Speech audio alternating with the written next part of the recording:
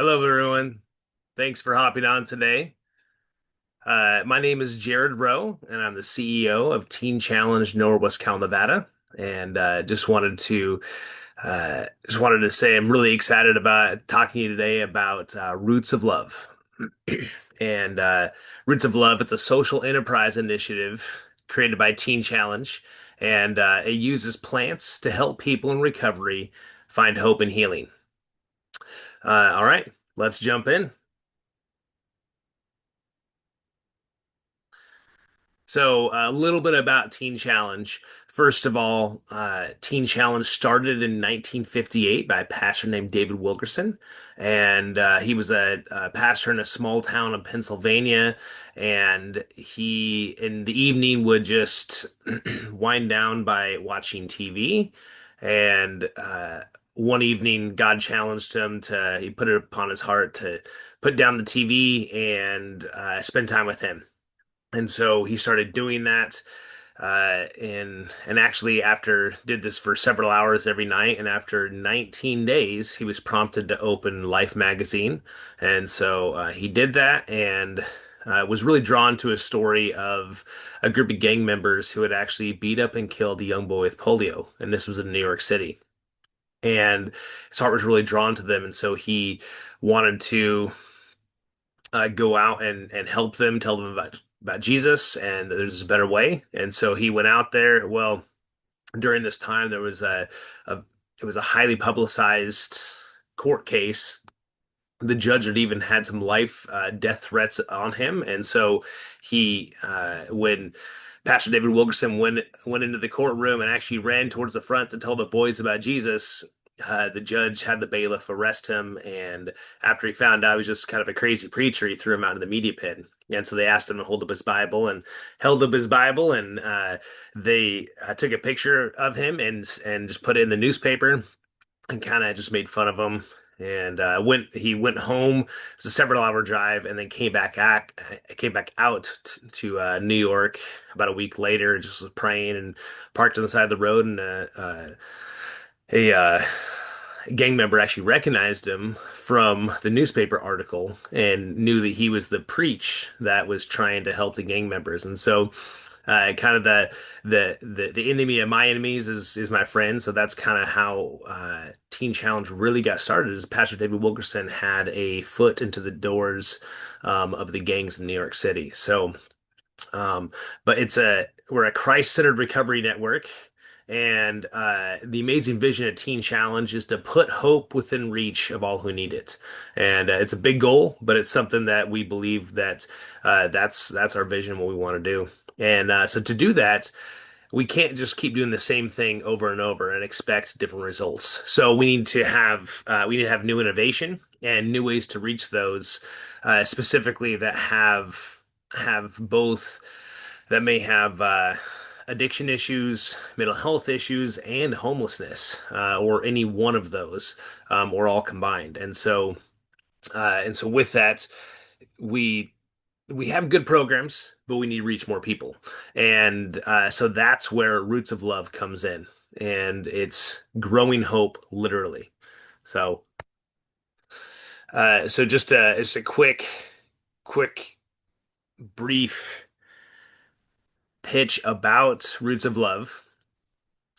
Roots of Love, it's a social enterprise that transforms life through horticultural therapy. And we put hope within reach of people facing addiction, homelessness, and hardship with meaningful work, nurturing resilient succulents and scaling to premium microgreens for the fast-growing superfood market. And in this, the participants learn real life skills. They get a sense of purpose and confidence as they grow these greens, succulents, and kind of watch them from start to finish. And it's really an amazing thing.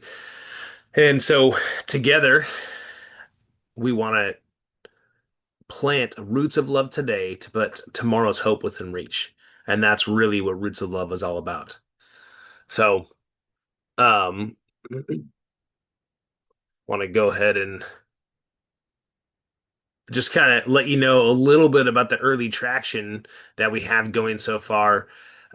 So when we first started this, I thought that we would go directly into microgreens, planting, growing, selling, and it would just kind of blow up right away and kind of go right into that and realize that uh, it's a bit ambitious to start off with. So we actually during this time was kind of going through things, really got some pretty good early traction going towards succulents actually first instead of just microgreens first. So that was actually one of the first major pivots.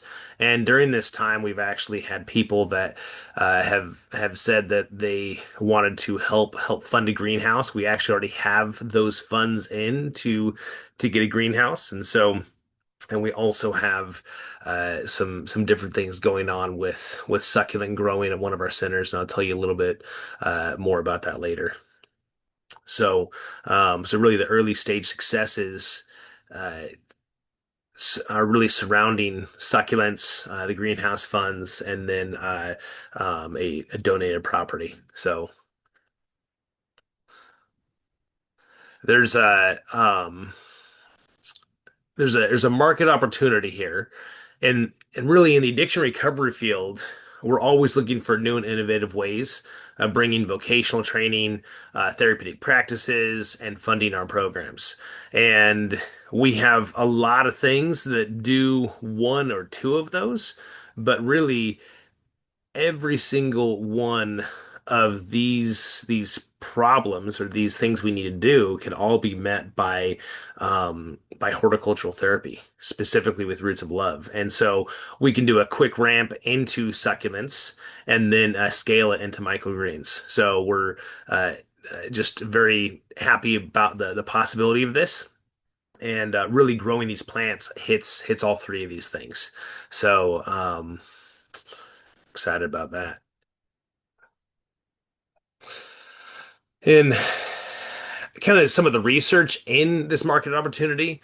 So, going into, we had several different places that were able to kind of do some research, and the global succulent market is is set to grow from just over 6 billion to just under 40 billion by the year 2034. And that's a huge increase in the global succulent market. And really, according to market research futures, succulents are seeing a rise within the sustainable gardening and living sector, and people are especially areas in California, Nevada, where there's a lot of not that much water, and kind of go back and forth between drought and not drought, is that succulents are really high on the importance list because they use less water. They're very resilient. You can pretty much kill a just about kill a succulent and it'll still come back.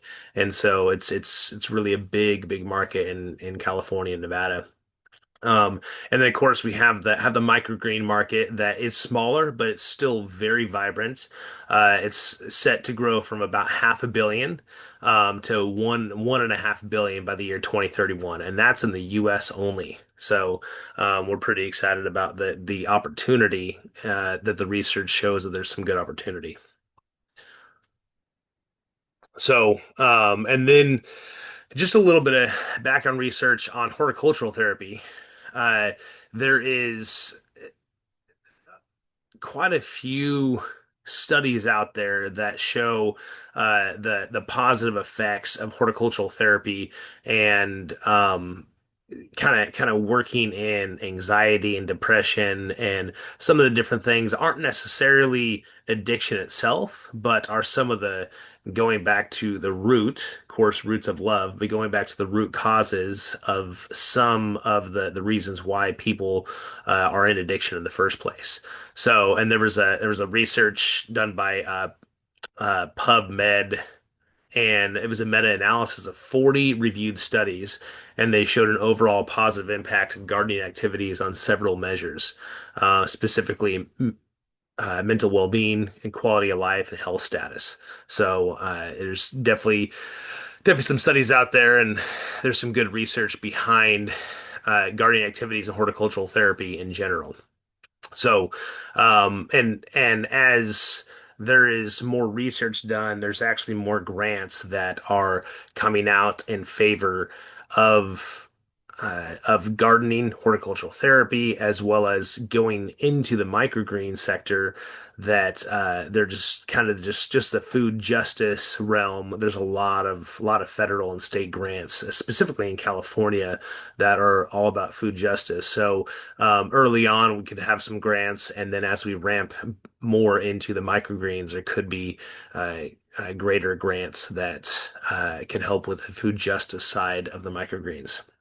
So, and of course, all of it is extremely important for the program itself. And that's really the most important thing is if it doesn't help our students, doesn't help the program to be a better program, even if it makes money, there's really not a whole lot of reason to do it. We have to have something that really goes back into the program and really builds the students up for us to really do it, even if it does make money. So, um, but just wanted to kind of look at look at the problem we're facing here. And so we have addiction and mental health in the therapeutic uh, addiction recovery world. We would call that co-occurring disorders. And addiction is really compounded by the presence of mental health issues.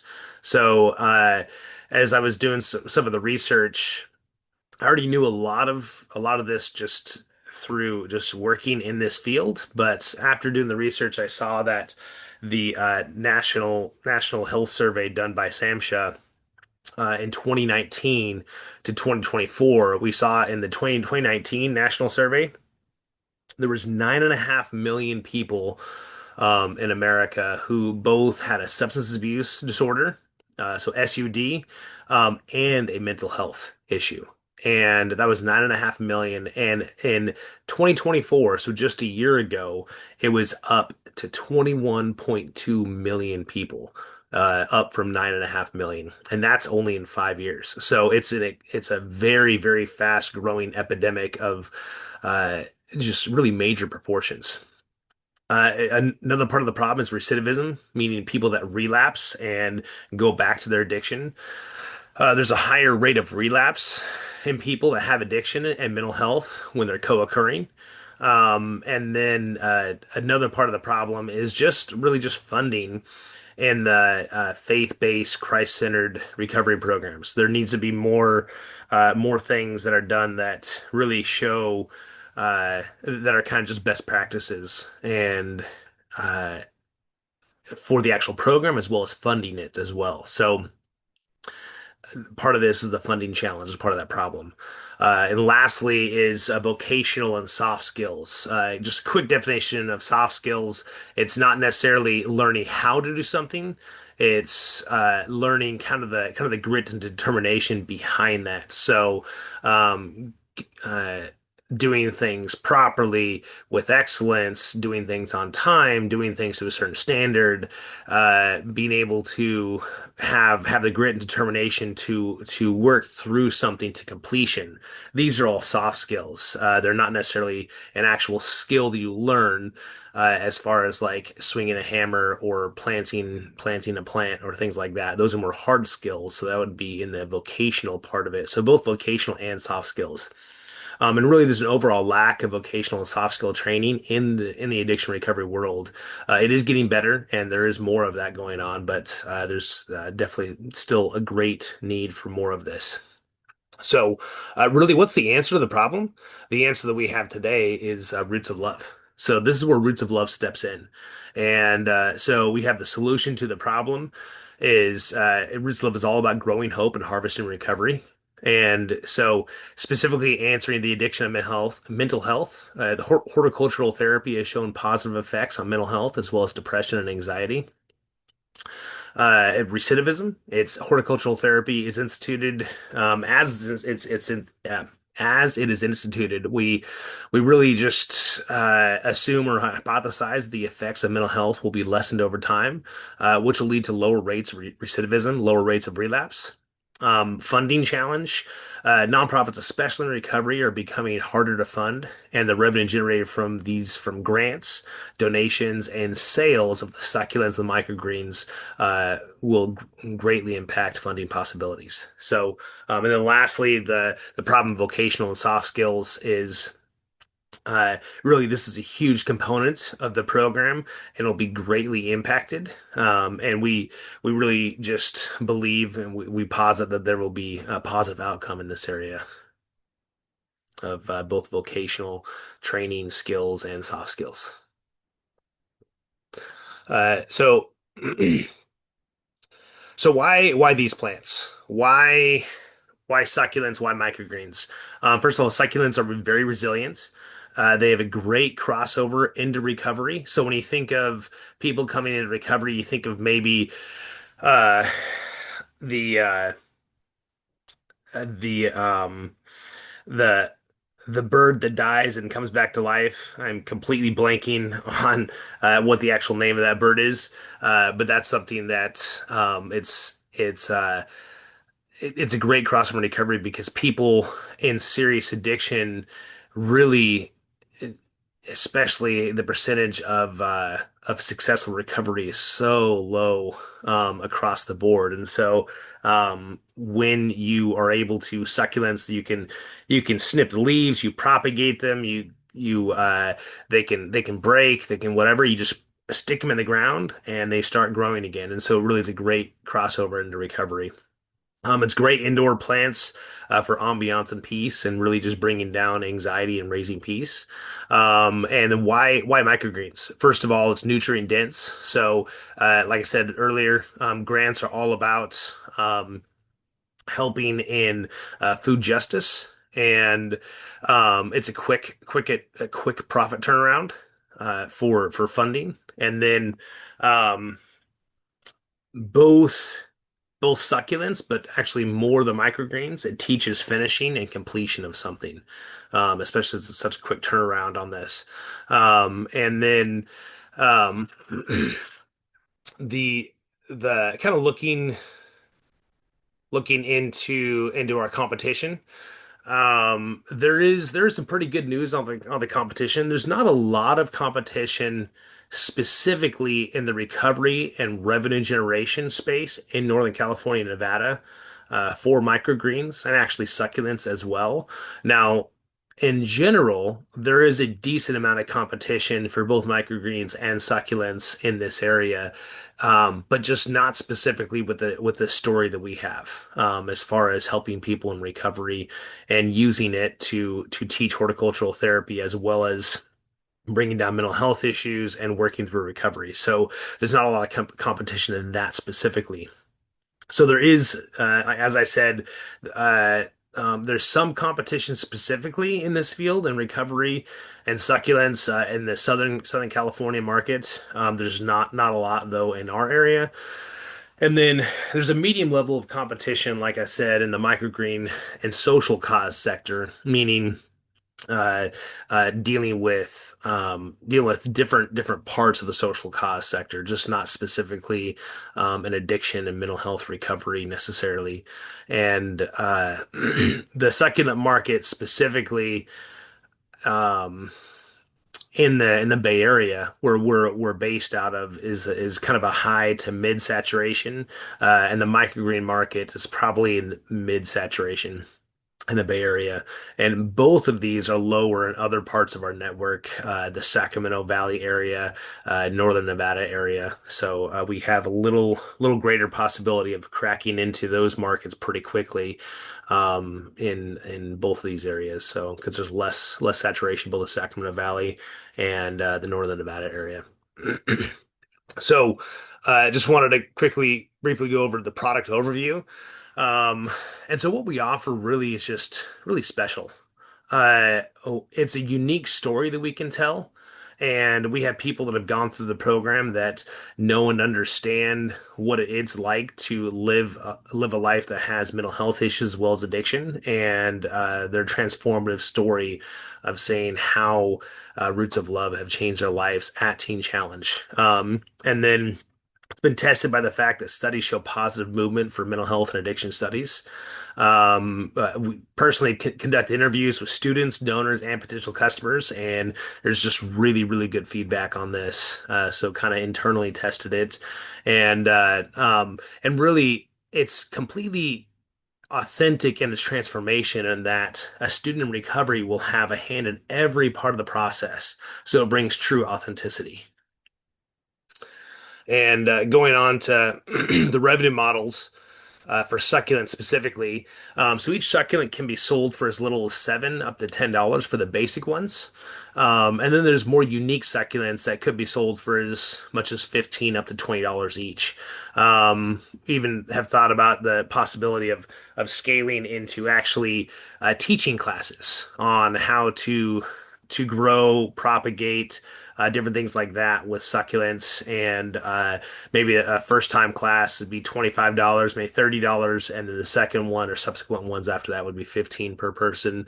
We can even bring these teaching classes into somewhere else and teach an entire group. So that could be a lot of fun. And then the revenue model for microgreens, it's a little bit different. As they're not necessarily individual plants, but they're sold by either the ounce or the bulk prices be the pound. So individual ounce prices could be anywhere between $4 to $6 an ounce. The bulk prices, which probably more would go towards chefs, restaurants, possibly mom and pop grocery stores as we continue in this. That could be an average of $2 an ounce for the pound.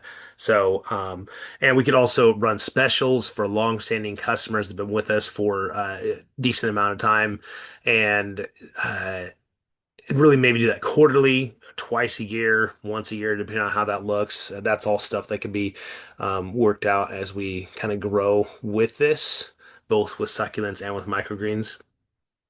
And then our growth strategy is we kind of have already started doing the succulent part of this, and so it's actually current, and we want to roll this out, doing more succulents at a greater level, specifically under the logo and name Roots of Love. As of this point, it's not been under Roots of Love, so we want to actually start that out as quick as possible.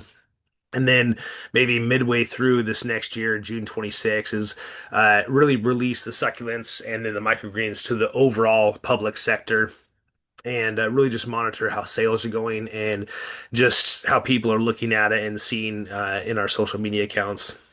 We're have a decent following on Facebook and TikTok, and okay, it is okay on Instagram, and see how those social media accounts are reacting to what we're doing. And then in October 26th is gather more feedback through more interviews and surveys, and really just adjust the program design as necessary. Maybe you need to add more things, or maybe even take some things away or pivot away from what we're doing. So that's our growth strategy for this next year. So we have really have a start of a pretty good team already. Part of it we didn't even know we had until I started asking questions in interviewing. We have a possible grow manager on our team currently. He actually did microgreens for a couple years, and he just didn't have the administrative bandwidth to do that and really scale it. But he knows the farming and agriculture side, and actually he's been in agriculture for like 20 years. So he's very excited by this possibility. One center is already doing succulents. And then we have a former chef that's within our network, was a former chef for 15 years, and he's excited about the microgreen portion of this. And we have a gardening volunteer team that goes to one of our centers and volunteers gardens. They bring all sorts of stuff to us. They provide all the plants, the seeds, everything. And we have a volunteer that has really, really deep connections in Napa. He actually uh, has a vineyard and sells wine in Napa, so he has a pretty significant uh, ties in the Napa community. So that's an amazing thing and amazing start to our team. Uh, so the financials, um, kind of just as we look at this. This could, it's gonna change as time goes on and we see and understand and know more things about this. But kind of the grants and the seed funding, you can see it goes from year one to year three, and that will actually lessen over time. The first year will be much heavier seed funding and grants than year two or three. We could do sponsor a trade campaign or uh, call it that, call it something else, but that would actually ramp up as the years go on. The microgreen sales, really, this is the second part of it, but you can see that first year that's it's the least amount of sales, with succulents being a little bit less just because once we start microgreens, they will grow very quickly and we get good sales teams that can sell them pretty quickly. They'll definitely be making more than the succulents. And we have looking at all the different utilities, materials, delivery, that will grow every year as, of course, our sales are going to grow as well. And then we have expenses in the office, advertising, marketing. Um, it'll take more of that time and money to do that as we continue, and then the wages are going to be for grow managers and salespeople and different things like that. So hopefully by the year three, we'll be net revenue pretty close to $50,000. So that would be pretty amazing as we grow into one, two centers, and four or five centers later on. So, really just asking for an investment of your time, your talent, or your treasure. And I'd love for you to get involved in whatever works for you. So if you have the time, would you consider giving some of your time to partner with us? If you have a talent in this area, would you consider partnering with us with your talent? And if you want to invest your treasure with us, and as we understand in this world, that's what we lay aside for treasures, they become treasures in heaven and not just earthly treasures. And so we're looking to raise another 40,000 in the next 6 months for our seed funding for this program. So what's amazing is that our status is already going really well right now. We're already doing gardening and selling succulents in one of our centers, as I've already said. We've netted almost $3,000 in the last 2 or 3 months. And we haven't even advertised or marketed that we're selling these succulents. We've marketed and advertised we're doing gardening and things like that, and that's fun. But really haven't pushed that at all. And churches love that we sell the succulents. We'll come to the ministry and do a ministry service, and we'll have the succulents there for them to buy, and they love it. So really, the sky's the limit. Just really excited for what's going to happen. And we have just quickly got to go through this.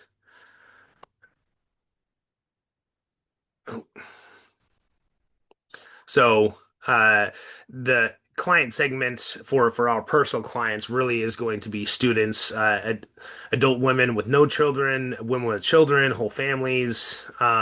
It really hits every area of the population. And then have addiction issues, mental health issues, joblessness, homelessness. Some of our original clients to sell to civic groups, churches, schools, restaurants, chefs, and then continue on from there. And then our donors are going to be mostly in the baby boomer section right now. However, that will change as the years go on. Um, and we'll just continue to uh, kind of give this value proposition to our clients, donors, and our customers. So there's a lot of different things going on here, and just really excited for what is happening. And I just wanted to say thank you so much for taking the time to see what's going on here. We're very excited for this horticultural therapy, Roots of Love, sponsored by Teen Challenge. So again, I'm Jared Rowe. You can email me. You can look at our websites, and hope you have a great day. All right. Thank you.